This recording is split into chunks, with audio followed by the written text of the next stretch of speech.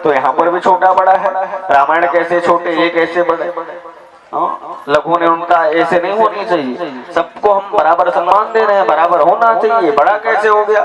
तब वेदव्यास जी ने कहा सावधान, भागवत महा सबको मैंने ही बनाया। वेदव्यास जी ने कहा जितने पुराण हैं, जितने उप पुराण हैं, वेद हैं, ग्रंथ हैं, सबकी रचना मैंने की, लेकिन सब में मैंने धर्म का निरूपण किया। सब में धर्म का निरूपण किया है, लेकिन श्रीमद् भागवत महापुराण में मैं परम धर्म का निरूपण किया हूँ। परम धर्म, ये धर्म क्या है महाराज। तब कहा धर्म प्रोजित कहता वत्र परमो धर्म निरूप्यते। धर्म हम उसको कहते हैं जिसमें कपट हो। ठीक है। अच्छा ये बताओ धर्म में कपट कैसे आता है। तब कहा फलाभिसंधि कहता कारण, फल की आशा करना ही कपट है। ईमानदारी के साथ बताना मैया, हम जितने बार शिवालय देवालय भगवान के यहाँ जब भी जाते हैं तो मांगते हैं कि नहीं मांगते। आरती भी करते हैं तब भी मांगते हैं कि नहीं मांगते हैं। आज के बाद नहीं मांगना है आप लोगों को, क्योंकि मांगना फलाभिसंधि कहता कारण, कहता का अर्थ होता है कपट, कहता का अर्थ होता है कपट। भगवान के पास जाकर के मांगना कपट रूपी याचना के साथ में भगवान की प्रार्थना करना होता है, उनको धर्म कहते हैं। लेकिन याद रखना धर्म को आपको त्यागना पड़ेगा, तभी उस परमेश्वर की प्राप्ति हमको होगी, सच्चे सुख की प्राप्ति होगी, सच्चे आनंद की प्राप्ति होगी, अन्यथा होने वाली नहीं है। कभी भी देखो, अब आरती भी करते हैं लोग ना, तो आरती में बढ़िया भगवान, आरती में क्या करना चाहिए, भगवान के चरण से लेकर के भगवान के सिर तक के उनके गुणानुवाद का वर्णन करना चाहिए ना।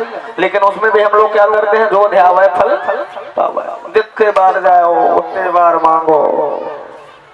कभी भी गए सुबह दोपहर रात भगवान के पास हाथ जोड़ करके खाली मांगना ही हमारा काम। अच्छा ये बताओ भाई मांगते क्यों हैं। अरे हम ऐसे जीव हैं, ईश्वर जीव अंश अविनाशी चेतन अमल सहज सुखराशि।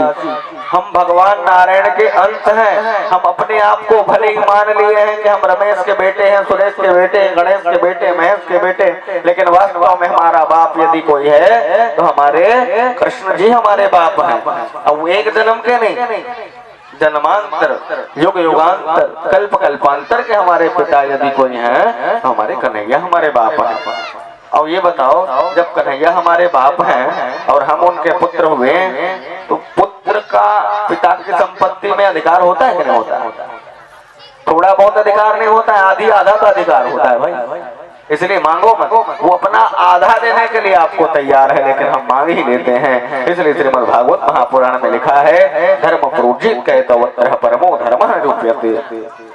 मैं अन्य शास्त्रों में धर्म का निरूपण किया हूँ, लेकिन श्रीमद् भागवत महापुराण में परम धर्म का निरूपण किया हूँ। इसमें कहीं पर भी किसी भी प्रकार से कोई कपट नहीं है। इसमें एकदम सर्वसाधारण व्यक्ति के द्वारा भी जाकर के निस्वार्थ भाव से भगवान की प्रार्थना इसमें उपक्रम है, इनके बाद और कुछ भी नहीं है। इस प्रकार से श्री सूत जी महाराज सौनकादिक आचार्यों को श्रीमद् भागवत महापुराण का पावन उपदेश सुनाते हुए कहते हैं इसमें बड़े से बड़े पापी भागवत महापुराण की कथा का श्रवण पान करके ऐसे ही तर जाते हैं। बोले जैसे किस प्रकार से पापी इसमें हैं, एक आध पापियों का नाम बता देते, बड़ी कृपा होती।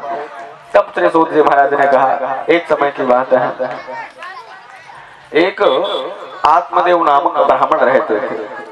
वह उनके पास सारी संपत्ति, सारी संपदा, सब चीज तो थे, लेकिन उनके संतान नहीं होने के कारण बहुत दुखी हुआ करते थे। दुखी होकर के रोते रोते एक दिन तुंगभद्र नदी के तट के पास में चले गए और जाकर के मरने का ठान लिया। जीवन में क्या मतलब, इतना धन दौलत घर परिवार ये सब चीज है, लेकिन संतान ना हो तो ये जीवन का कोई मतलब ही नहीं है, इसलिए मर जाना चाहिए। महाराज मर ही रहे थे कि एक सन्यासी को देखा। जब सन्यासी को देखा, सन्यासी उनके पास गए। सन्यासी ने कहा ब्राह्मण होकर के भी इतना कुकृत्य क्यों कर रहे हो, क्यों मरना चाह रहे हो। बोले हमारे कोई संतान नहीं है। तो संतान नहीं हुआ तो क्या हुआ, तुम तो अभी की बात कर रहे हो महाराज, एक जन्म में नहीं तुम्हारे तो पूरे 7 जन्म में तुमको कोई संतान नहीं।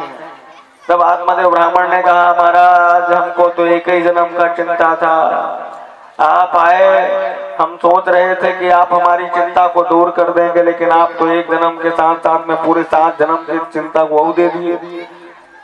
7 जन्म तक के हमारा कोई संतान नहीं होगा तो गड़बड़ नहीं हो गया। इसलिए हम तो प्राण त्यागेंगे ही, हम मर जाएंगे ज्यादा बढ़िया है।